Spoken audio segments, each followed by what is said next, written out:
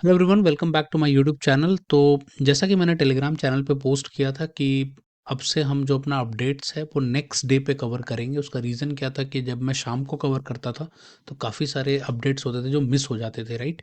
तो इस वजह से इससे बेटर है कि हम जब दिन ख़त्म हो जाएगा तब मैं सारे अपडेट्स को कवर करके आपको एक वीडियो दे दूंगा, राइट। तो ये वाला जो पूरा सीरीज़ है उसमें मनी, बैंकिंग और इंश्योरेंस से रिलेटेड मैं सारे अपडेट्स देता हूँ, ठीक है। तो 10 अक्टूबर को जो जो अपडेट्स हुए हैं उसके बारे में बात करते हैं।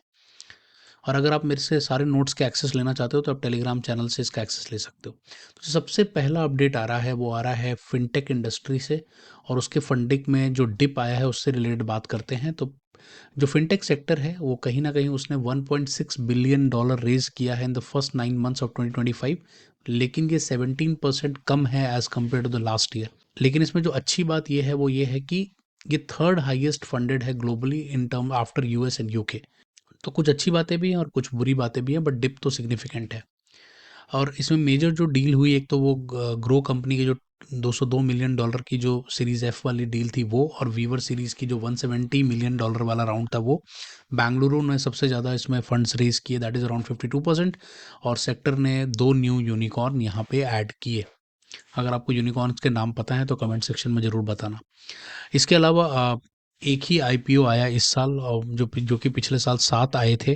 तो कंपैरेटिवली पब्लिक का जो मार्केट सेंटीमेंट है वो कहीं न कहीं बहुत ज़्यादा कॉशियस है, ठीक है। प्लस एक्विजिशंस 23 एक्विजिशंस हुए, और एक बड़ा डील हुआ, दैट वाज़ 2 बिलियन डील, जो कि डिजिनेक्स वाला हुआ था, ठीक है। तो moving on to the next one, अब ये वाली चीज़ के बारे में बात करते हैं। तो आरबीआई ने फेमा के रेगुलेशंस 2015 को अमेंड किया है to allow exporters to retain exports proceed in the foreign currency. और जो मेजर चेंज किया गया है वो किया गया है कि अब उसमें अप टू 3 मंथ्स तक आपको परमिशन दी गई है, एज कम्पेयर टू पहले जो 1 मंथ की लिमिट हुआ करती थी। अब इससे होगा क्या, इससे ये होगा कि जो हाई वैल्यू के जो एक्सपोर्ट सेक्टर्स वाले एक्सपोर्टर्स हैं, स्पेसिफिकली जो जेम्स हैं, ज्वेलरी है, उस वाले सेगमेंट में जो डॉलर का इनफ्लो आउटफ्लो है वो काफ़ी बेटर हो जाएगा। करेंसी कन्वर्सेशन में जो टाइम लगता था, जो ट्रांजैक्शन कॉस्ट लगती थी, वो भी यहाँ पे कम हो जाएगी। एक्सपर्ट काफ़ी वेलकम कर रहे हैं इसको ऑब्वियसली, और but at the same time थोड़ा सा वो घबराए भी हुए हैं। उसका रीज़न क्या है कि इनको काफ़ी ज़्यादा प्रॉपर डॉक्यूमेंटेशन की रिक्वायरमेंट होगी, प्रॉपर ट्रेड लिंकेज की ज़रूरत होगी, और प्लस टाइमलाइन को भी अडेयर करना पड़ेगा। बट फिर भी एक अच्छा मूव है आरबीआई का। इसके अलावा माइक्रो फाइनेंस सेक्टर के बारे में थोड़ा सा बात करते हैं। तो माइक्रो फाइनेंस सेक्टर जो है वो 13% का डिप लिया है उसका, in terms of loan account, और 14% का आउटस्टैंडिंग लोन्स का भी फॉल है कहीं ना कहीं।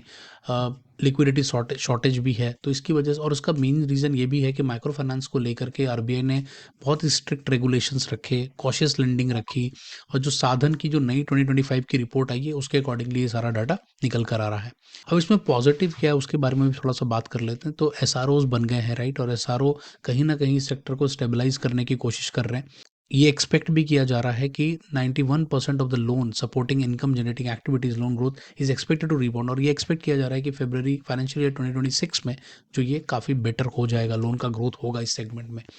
प्लस नो डाउट कि चैलेंजेस हैं in terms of asset quality and liquidity, but at the same time जो है जो लेंडर का कॉन्फिडेंस है और स्ट्रॉन्गर रिस्क मैनेजमेंट के थ्रू जो अब हम कर रहे हैं, और टेक एडॉप्शन भी, इन सब की वजह से एक्सपेक्ट किया जा रहा है माइक्रो फाइनेंस बेटर परफॉर्म करेगा अगले साल। इसके अलावा कुछ स्ट्रीमलाइन किए हैं आरबीआई ने रूल्स, उसके बारे में बात करते हैं। तो आरबीआई ने कंसोलिडेट कर दिया है जो existing regulatory instruction into 238 master direction covering 11 types of regulated entities up to 30 functions and reappealing around 9,000 circular to ease compliance burden.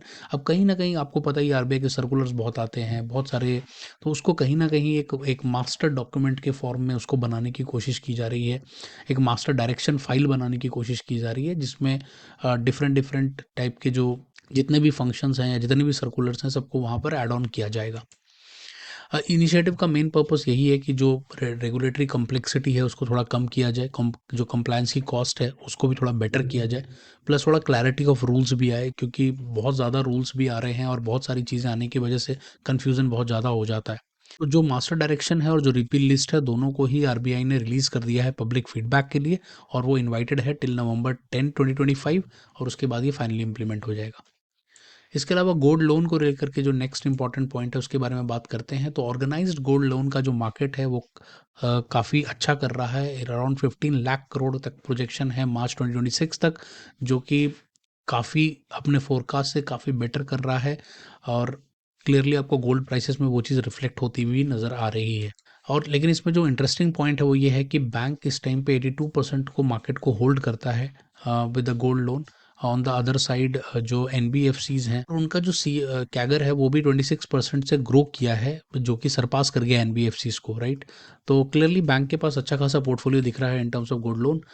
और आईसीआरए एक्सपेक्ट भी कर रही है कि एनबीएफसी रिबाउंड करेगा और अपने जो ग्रोथ है उसको 20% से बढ़ा के 30 to 35% तक लेके जाएगा इन द नेक्स्ट 1 ईयर। और मार्केट में गोल्ड के प्राइसेस को देख के क्लियरली दिख रहा है कि काफ़ी अच्छा डिमांड है गोल्ड का, और एट द सेम टाइम लोग डाइवर्सिफाई करने के लिए भी गोल्ड में इन्वेस्ट कर रहे हैं। आरबीआई ने एक्सिस बैंक को वार्न किया है, तो उसके बारे में थोड़ा सा बात कर लेते हैं। तो एक्सिस बैंक को आरबीआई से एक लेटर आया है, कॉशियस लेटर, जिसमें उन्होंने कहा है कि उन्होंने केवाईसी नॉर्म्स को प्रॉपरली एडेयर नहीं किया है। और ये वाला जो केस है ये एक्चुअली 2009 अकाउंट को लेकर के है, जो बेसिकली एक सोसाइटी को लेकर के उन्होंने जो अकाउंट्स खोले थे वहाँ पे उन्होंने सारे डॉक्यूमेंट सही तरह से नहीं किए थे और वॉयलेट किया था केवाईसी को। तो उसको लेकर के आरबीआई ने कॉशंस लेटर भेजा है। Plus at the same time उन्होंने कहा भी है कि आरबीआई ने क्लियरली एडवाइस किया है बैंक को कि आप एक्सट्रीम कॉशियस के साथ और डिलीजेंस के साथ काम करें in terms of regulatory guideline. Bank union को लेकर के एक जो बड़ी अपडेट आ रही है उसको लेकर बात करते हैं। तो बेसिकली जो यूएफपीयू है, जो कि बैंक का यूनियन है, वो अपोज कर रहा है गवर्नमेंट के डिसीजन को। और ये क्या डिसीजन है, ये थोड़ा इंटरेस्टिंग है, समझने वाला है, ये सब मैं आपको समझाता हूँ। हो ये रहा है कि गवर्नमेंट ये कह रही है कि जो टॉप पोजीशंस हैं बैंक्स में या इंश्योरेंस कंपनीज में, वो अब प्राइवेट सेक्टर के भी लोग ले सकते हैं उन पोजीशंस को, जो कि पहले नहीं हुआ करता था, राइट। और इसी के अगेंस्ट जो है बैंक यूनियन जो है अब इसको अपोज कर रहे हैं, क्योंकि उनका ये कहना है कि प्राइवेट एग्जीक्यूटिव्स के आने की वजह से जो पब्लिक कैरेक्टर है या जो अकाउंटेबिलिटी है जो फाइनेंशियल इंस्टीट्यूशंस की, वो कहीं ना कहीं जो नेशनल इंटरेस्ट में जाती है, कहीं ना कहीं पब्लिक सर्विस बैंक है तो ऑब्वियसली वो कहीं पब्लिक सर्विस के लिए काम करता है। तो प्राइवेट सेक्टर से लोगों को लाने से शायद पूरा ऑर्गेनाइजेशन का स्ट्रक्चर या उसका जो विजन है वो चेंज हो सकता है। उन्होंने ये भी कहा है कि जो एसीसी की गाइडलाइंस है वो कहीं ना कहीं पार्लियामेंट को बाईपास कर रही है और मेरिट बेस्ड सक्सेशन की जगह आप ओपन मार्केट अपॉइंटमेंट्स करने की बात कर रहे हो, जिससे इंस्टीट्यूशन का जो कंटिन्यूटी है वो कहीं ना कहीं डाइल्यूट होता है। तो पहले क्या होता था कि जो बैंक में ही लोग प्रमोट हो करके चेयरमैन लेवल तक पहुंच जाते थे, तो वो कहीं ना कहीं उस चीज़ को ख़त्म करके गवर्नमेंट ये कह रही है कि आपका जो चेयरमैन होगा या जो टॉप पोजीशंस होंगी उसको प्राइवेट सेक्टर के भी लोग ले सकते हैं।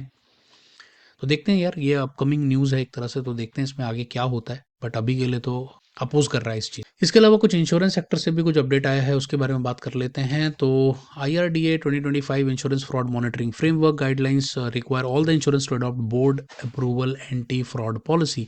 तो बेसिकली जो नई आईआरडीए ने 2025 की जो पॉलिसी निकाली है, गाइडलाइन निकाली है, उसमें उन्होंने कहा है कि भाई जो एंटी फ्रॉड पॉलिसी होगी वो आपके बोर्ड से अप्रूव्ड होनी चाहिए, और which includes everything, prevention, detection, reporting, remedies, everything, सारे फ्रॉड टाइप्स उसमें कवर होने चाहिए।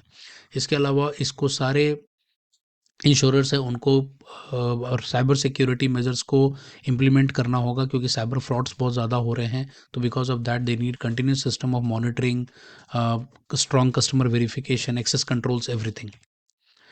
और एक रिस्क मैनेजमेंट कमेटी भी बनानी पड़ेगी जो सब कुछ को ओवरलुक करेगी in terms of risk management framework. जो भी रिस्क मैनेजमेंट आईआरडीए बना के देगा उसके अकॉर्डिंगली आपको उसको फॉलो करना है। लाइफ इंश्योरेंस की जो प्रीमियम्स हैं उसका वो बहुत ज़्यादा बढ़े हैं सितंबर में, तो उसके बारे में थोड़ा सा बात कर लेते हैं। तो न्यू बिजनेस प्रीमियम जो है वो ऑलमोस्ट ग्रीव किया है ऑलमोस्ट 15% से, विच इज़ अराउंड 40,206 करोड़ सितंबर 2025 में, जो कि ज़्यादा है एज़ कम्पेयर टू पिछले साल के सेम मंथ में। लास्ट ईयर कम हुआ था, उससे ज़्यादा है, 15% का ग्रोथ आया है। Group policy single premium surge, और जिसमें जो सबसे ज़्यादा जो प्रीमियम बढ़े हैं वो सिंगल प्रीमियम जो ग्रुप पॉलिसीज़ हैं उसमें काफ़ी ज़्यादा ग्रोथ देखने को मिलते हैं। नंबर्स आपके सामने आ रहे हैं, आप चाहो तो नोट डाउन कर सकते हो। Industry expands it reach over to 5.39 lakh individuals. और एक चीज़ जो यहाँ पर बहुत इंटरेस्टिंग हुई है वो ये हुई है कि काफ़ी सारे इंश्योरेंस एजेंट्स नए ऐड हुए हैं, almost like 5.39 lakh insurance agent add हुए हैं, जो अपने आप में भी वो भी ज़्यादा है। तो उसकी वजह से कहीं ना कहीं एक्सपेक्ट किया जा रहा है जो अनडिजर्व्ड सेगमेंट्स हैं उसको और ज़्यादा बेटर इंश्योरेंस हम प्रोवाइड कर पाएंगे। तो thank you so much. I hope कि आपको ये सारे अपडेट समझ में आ गए होंगे। अगर कोई डाउट है तो प्लीज़ कमेंट सेक्शन में पूछ लेना। अगर आप चैनल पर नए हो तो please like, share and subscribe. तब तक के लिए मिलते हैं अगली वीडियो।